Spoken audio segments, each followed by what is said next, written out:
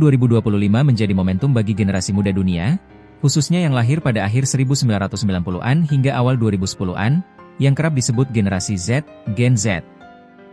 Mereka muncul sebagai motor utama gerakan protes sosial dan politik di berbagai negara, menuntut perubahan, keadilan, dan transparansi dari pemerintah. Di Indonesia, gerakan ini mulai mencuat ketika pengumuman tunjangan perumahan untuk anggota parlemen yang hampir 10 kali lipat upah minimum memicu kemarahan mahasiswa. Demonstrasi di Jakarta menunjukkan kemarahan Gen Z terhadap elit politik yang dianggap tidak peka terhadap kebutuhan rakyat. Satu simbol dari protes ini adalah bendera bajak laut dari manga populer, One Piece, yang dengan cepat diadopsi sebagai lambang pergerakan. Momentum gerakan ini juga meluas ke Nepal pada bulan September. Sebuah video viral di Instagram dan TikTok menampilkan gaya hidup mewah, anak-anak nepotisme, sementara pemerintah menutup sekitar 20 platform digital. Kerusuhan terjadi di Kathmandu, termasuk pembakaran gedung parlemen, dan memaksa Perdana Menteri Nepal mengundurkan diri setelah demonstrasi 2 hari tersebut. Gelombang protes Gen Z tidak berhenti di Asia.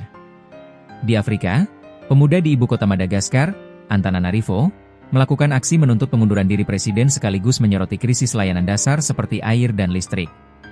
Di Maroko, gerakan Gen Z 212 menggunakan platform digital seperti Discord untuk mengordinasikan protes, menekankan reformasi pendidikan, akses layanan kesehatan, dan keadilan sosial. Di Amerika Selatan, mobilisasi Gen Z juga tampak di Peru.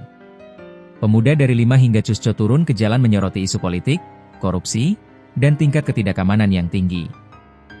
Menurut Michelle Wieviorka, sosiolog dan direktur studi di Sekolah Studi Lanjutan Ilmu Sosial, EHES, ini adalah generasi yang tidak hanya bertindak untuk dirinya sendiri, tetapi juga untuk memastikan semua orang memiliki akses ke pendidikan, kesehatan, dan perumahan, serta untuk mengakhiri korupsi di kekuasaan.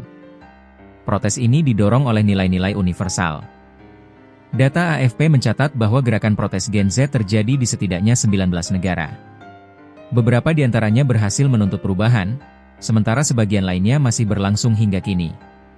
Selain Indonesia, Nepal, Madagaskar, Maroko, dan Peru, aksi Gen Z juga terjadi di Timor Leste yang menolak pembelian mobil dinas anggota dewan, Paraguay terkait korupsi dan nepotisme, serta Bulgaria menyoroti korupsi anggaran pemerintah.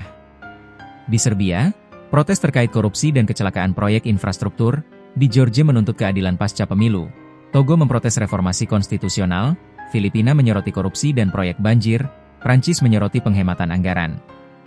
Gerakan ini juga merambah Eropa dan Asia Selatan. Di Italia, Swiss, dan San Marino, Gen Z melakukan demonstrasi menentang perang Israel di Gaza. Maladewa menjadi tempat protes atas kontrol media dan korupsi, sementara Kamerun menyoroti konflik pemilu dan korupsi. Di Meksiko, demonstrasi menentang pembunuhan wali kota anti korupsi turut dilakukan. Michelle Wieviorka menekankan, gerakan ini memiliki karakter unik, tidak mengikuti pola konvensional dan sulit diprediksi. Gerakan ini dapat bertahan dan menghasilkan dampak yang langgeng, atau sebaliknya, menghilang sepenuhnya. Tidak ada aturan, ujar Wieviorka, menyoroti sifat dinamis dan global dari aksi Gen Z. Sejak awal tahun, protes di berbagai negara memperlihatkan kombinasi faktor sosial, politik, dan ekonomi yang memicu kemarahan generasi muda. Faktor-faktor ini mencakup tunjangan pejabat yang dianggap berlebihan, ketidakadilan sosial, korupsi, pengelolaan sumber daya yang tidak adil, hingga kebijakan pemerintah yang dianggap mengekang kebebasan digital.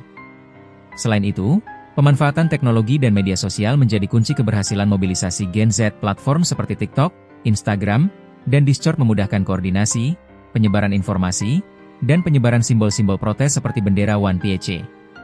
Pendekatan digital ini memungkinkan gerakan Gen Z menembus batas geografis dan membangun solidaritas global. Fenomena global ini menegaskan bahwa Gen Z tidak lagi pasif dalam menghadapi isu sosial politik. Mereka memanfaatkan kreativitas, teknologi, dan solidaritas untuk menekan pemerintah agar bertindak sesuai kepentingan publik. Meski hasil setiap protes berbeda-beda, rangkaian aksi ini menunjukkan adanya generasi muda yang kritis, vokal, dan siap mengambil peran aktif dalam menentukan arah perubahan sosial dan politik di negara mereka masing-masing.